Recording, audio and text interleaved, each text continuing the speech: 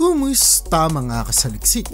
Maniniwala ka ba kung sasabihin ko sa iyo na mayroong nahuli ang ilang mangingisda sa ating planeta na sobrang laking mga nilalang mula sa ating karagatan na sigurado akong kung makikita mo ay hindi mo aakalaing posible pala? Kaya mula sa nahuling dambuhalang pating hanggang sa dobling na bingwit na halimaw ay pag-usapan natin ang 10 pinakamalaking nahuling isda sa kasaysayan. Kaya kung handa ka ng malaman ng mga ito ay simulan na natin. Number 10, pinakamalaking hammerhead shark.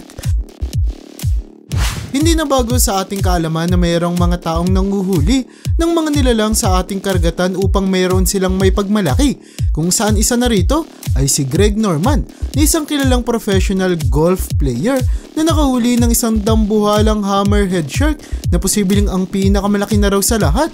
Sa kadahilanang ang pating ay mayroong haba na lagpas 4 na metro at bigat na humigit kumulang 550 kilo na talaga namang nagpapakita kung gaano na lamang kadambuhala ang pangangatawan ng hayop. Matapos mahuli at matimbang ang nabingwit ni Greg ay agad din naman nila itong pinalaya at binalik sa karagatan, dulot na ilegal ang panguhuli ng mga pating na kung sakaling madalas huhulihin ay magiging dahilan ng kanilang mabilisang pagkaubos. Number 9, nahuling sinaunang halimaw.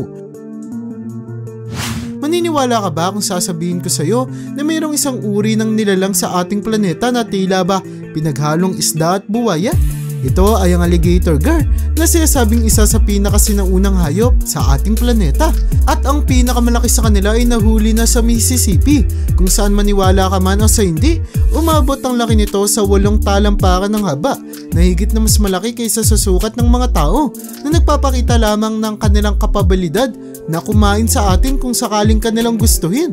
Kung kaya't pasalamat na lamang talaga tayo at kahit pa merong nakakatakot na itsura at bungangang napupuno ng matatalim ng ngipin ng hayop na ito ay hindi pa rin sila agresibo, dulot na kung sakaling atakihin tayo ng ganito kalaking alligator gar ay mataas ang posibilidad na malagay tayo sa peligro o di kaya atin na itong ikamatay.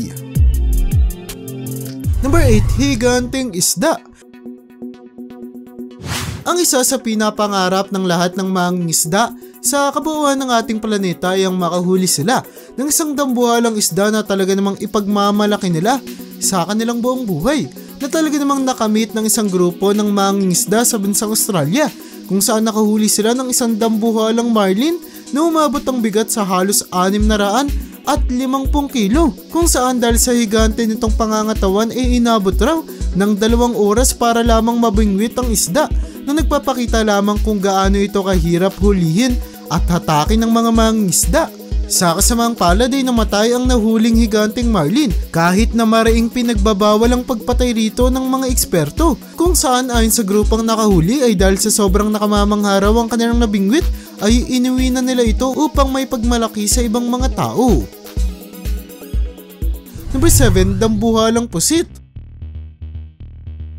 Maliban sa mga dambuhalang isda ay mayroon ding mga dambuhalang pusit ang naninirahan sa ating karagatan, kung saan ang isa sa pinakamalaking nahuli rito ay naganap sa bansang Japan, kung saan nabingwit ng isang mangingisda ang isang pusit na mayroong haba na 13 talampakan at bigat na lagpas 160 kilo, na talaga namang nagpapakita kung gaano na lamang kalaki ang pangangatawan ng hayop.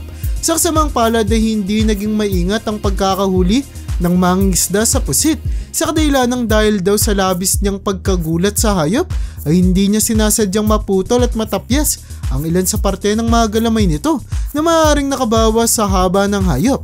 Ngunit kahit na nagkaroon man ng insidente, ang pagkakahuli rito ay hindi pa rin may tatanggi na ang nabingwit ng mangingisdang ito mula sa bansang Japan ang isa sa pinakanakamamangha sa lahat.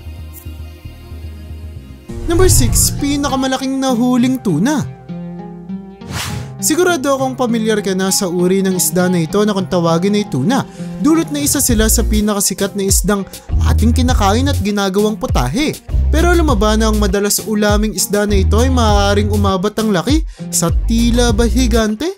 Maniwala ka man o sa hindi, merong isang uri ng tuna na kung tawagin ay Atlantic Bluefin Tuna na isa sa pinakamalaking isda sa ating karagatan, kung saan ang pinakamalaki raw na nahuling ganitong isda ay naganap noong 1979 sa Canada, kung saan mayroong isang mangingisda na nakabingwit ng isang tuna na may bigat na 678 kilo na talaga namang nagpapakita kung gaano na lamang ito kadumbuhala.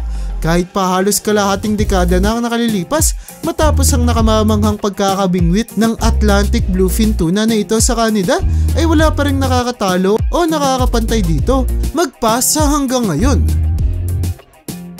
Number 5, nabingwit na Great White Shark. Maniniwala ka ba kung sasabihin ko sa iyo na kahit pa ang pinaka kinatatakutang uri ng pating ay nabibingwit na rin ng mga mangingisda? Ganito ang nangyari noong 1986, kung saan ang isang mangingisda mula sa New York ay nakahuli ng isang dambuhalang Great White Shark gamit lamang ang kanyang pamingwit, na talagang mang parehong nakamamangha at nakakagulat malaman sa kadahilan ng ang pating na ito ay mayroong daw timbang na lagpas 1,500 kilo, kung kaya talaga namang napakatibay ng ginamit na pamingwit ng mangingisdang nakahuli dito.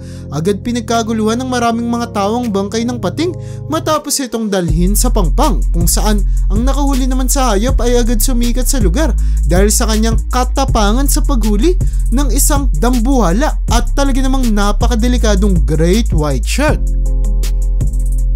Number 4, pinakamalaking stingray sa mundo.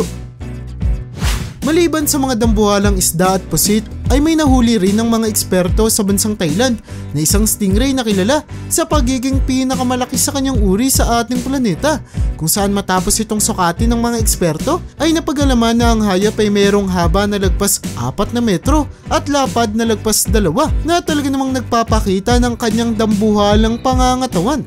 360 kilo ang timbang ng stingray, ngunit posible raw na mas tumaas pa ito dulot na hindi nila siya tuluyang mailagay sa timbangan dahil sa takot na masaktan ng hayop.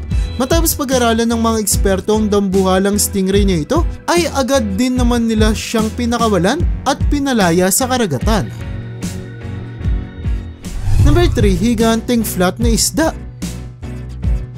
Hindi na natin maitatanggi na ang ating karagatan ay napupuno ng sobrang kakaibang mga nilalang, kagaya na lamang ng isda na ito na kung tawagin ay halibut, kung saan mapapansin na meron silang flat na pangangatawan, pero lumaba na ang tila ba payat na isda na ito ay kayang umabot ang timbang sa lagpas 100 kilo. Ganito ang nahuli na lamang ng isang mangingisda noong 2015 gamit lamang ang kanyang pamingwit, na nagpapakita kung gaano na lamang katibay ang mga kagamitan na ginagamit ng ating mga mangingisda sa kasalukuyan, kung saan kayang-kaya na nilang hatakin kahit pang mga mabibigat na isda nang hindi ginagamitan ng kahit na anong makina.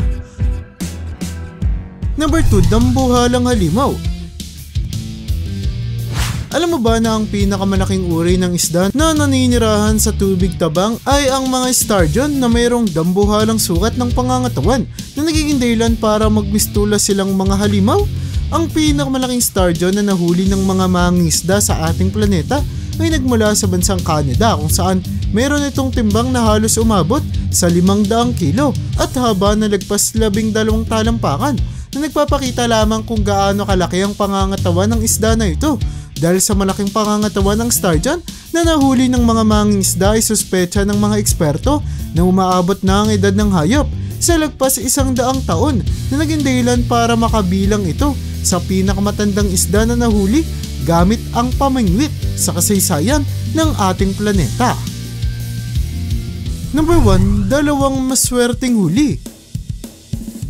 Ang pagkakahuli ng isang dambuhalang nilalang mula sa ating karagatan ay talaga namang isang pambihira at nakamamanghang pangyayari, kung kaya't sigurado ako na doble ang magiging gulat ng mga tao kung madoble rin ang bilang ng mabibingwit nilang dambuhalang hayop, kagaya na lamang ng nangyari sa bansang India, kung saan nahuli ang dalawang higanteng manta rays na kung pagsasamahin raw ang timbang ay umaabot ang bigat sa 1,000 kilo, na maniwala ka man o sa hindi ay hindi gaanong kinagulat ng mga mangingisda sa lugar, dulot na kahit pabihira lamang daw makahuli ng ganito kalaking nilalang mula sa karagatan ay hindi pa rin ito imposible, dulot na marami raw mga dambuhalang manta rays ang naninirahan sa tubig sa bansang India na madalas nasasamang nahuhuli ng ilang mga mangingisda.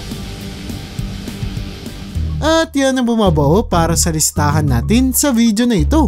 Talaga namang napakadaming mga kakaiba at hindi ka panipaniwalang nilalang ang naninirahan sa ating karagatan na naging dahilan para madalas magkaroon ng kaguluhan at pagkamanga sa mga pampang matapos pumalaot dito ang ilang mga barko na nakahuli ng mga dambuhalang hayop na sa sobrang laki ay talaga namang iisipin natin na para bang mga halimaw na. Kaya para sa'yo, alin sa mga dambuhalang nilalang na ito ang pinaka nakakagulat sa lahat? I-comment mo naman yan sa baba. At hanggang dito na lang muna ang aking bahagi. Hanggang sa muli mga kasaliksik, maraming salamat sa panonood. See you in my next vid.